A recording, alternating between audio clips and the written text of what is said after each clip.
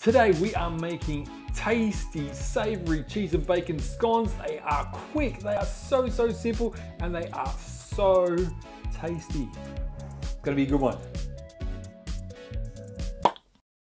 Welcome to Pop Keto, where we aim to help you live a sustainable keto and low carb lifestyle. Today we are making savory cheese and bacon scones, and these are so good and really easy to make and quick. We had some friends around for dinner a couple of weeks back, and it was going to take a while for dinner to be ready, so I whipped up a batch of these, put them on the table, and they went down a treat. Really happy with that. And these people don't even eat low carb or keto. They were just yum to have. So just a quick reminder to press like and subscribe, and let's get into it. First of all, we are preheating the oven to gas mark 6, 200 degrees Celsius, or if you work on Fahrenheit, 400. Boom, that's underway. All right, first ingredient is almond flour, and we're using 100 grams of almond flour. If you don't have almond flour, you are more than welcome to use ground almonds. We're actually using ground almonds. There's very little difference between the two. In this recipe, it'll work. So whatever you've got is good. Next, we are going to add some baking powder, and we are adding 1 teaspoon of baking powder. Just gonna sprinkle that in there like so. And I like to give that a bit of a mix now, just so that it is, well, as evenly spread through the almond flour as we can get it. Now, before we started cooking, I've cooked off 3 rashers of bacon, just to take the rawness out of them. They're gonna get cooked again in the oven shortly. So I just put them in a frying pan, cooked them up, chopped them up into smaller pieces. And so here we have 3 pieces of bacon that we've chopped up. In it goes to the mixture. Next, we have 100 grams of grated cheddar cheese, and that's just going straight in there too.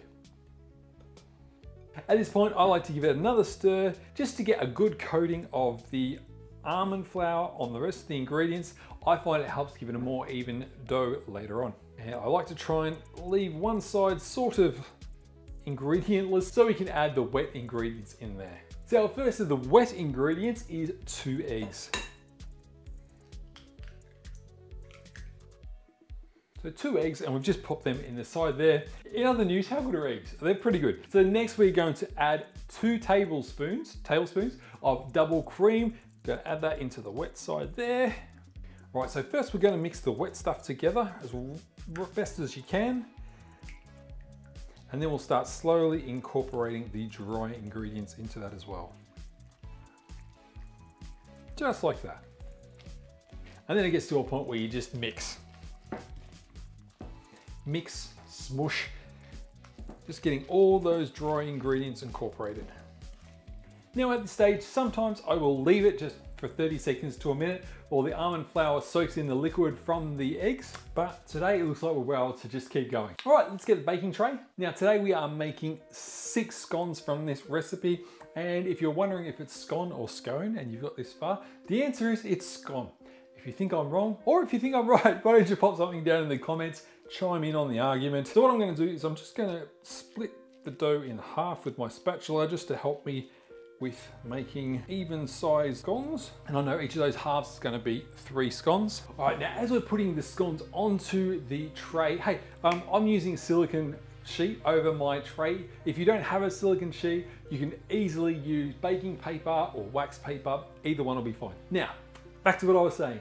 As I was saying, the dough for these scones is actually got a fair bit of cheese in that, and the cheese does help hold it together. Now, when we form the scones onto the tray, we're actually going to make them a little bit taller so that when they cook in the oven and they sort of relax a little bit and slump, because when they're in the oven, the cheese is going to melt, they're going to drop down in height a little bit, and it just gives it a nicer finish if we start with a little bit higher. Let me show you. So this is our first one. You can see I'm almost doing it like a little column. Let's do another over here. Go another one over here. So you want to leave some space between them as well, just again for that expansion.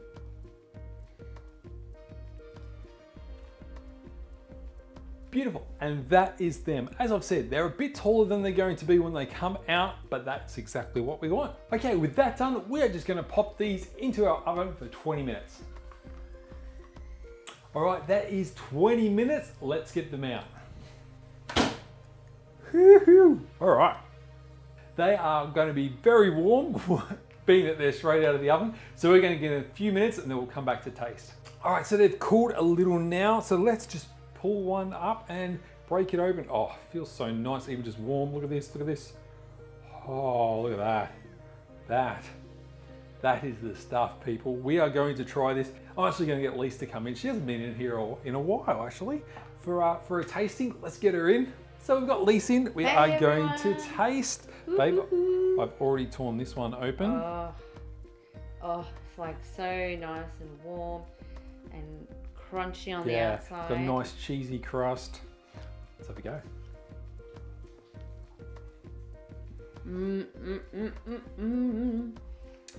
Flavors are really rich in this. The cheese, the bacon. Yeah. Really cheesy, really bacony. Like it's not like one of those ones where I think I can kind of taste it. Nah, bam, this is full flavor. It's the almond flour is not overpowering in this. It really is cheese and bacon. So that's what I really love about these. It would go really nicely with just a little bit of butter on it as well, actually. Yeah, It'd so be true. Really good. Yeah, so the great thing about these scones, these savory scones, so obviously if you're not into sweet stuff, this is absolutely perfect.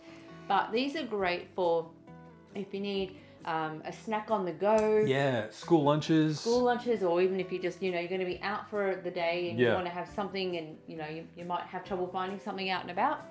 Perfect. And again, so easy. You've now seen how easy it is. And I think out of everything we've made, you need to make this. You need to go out, make this.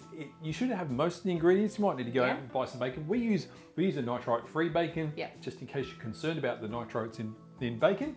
But yes, please make this and tag us on social media. We would love to see your photos of these. Definitely, you got to make it and let us know. We'd love to hear your thoughts on this because this is really just so yummy. So we hope you've enjoyed this one. Hey, don't forget to like and subscribe if you haven't already. Have a look at some of our other videos, and that's about it.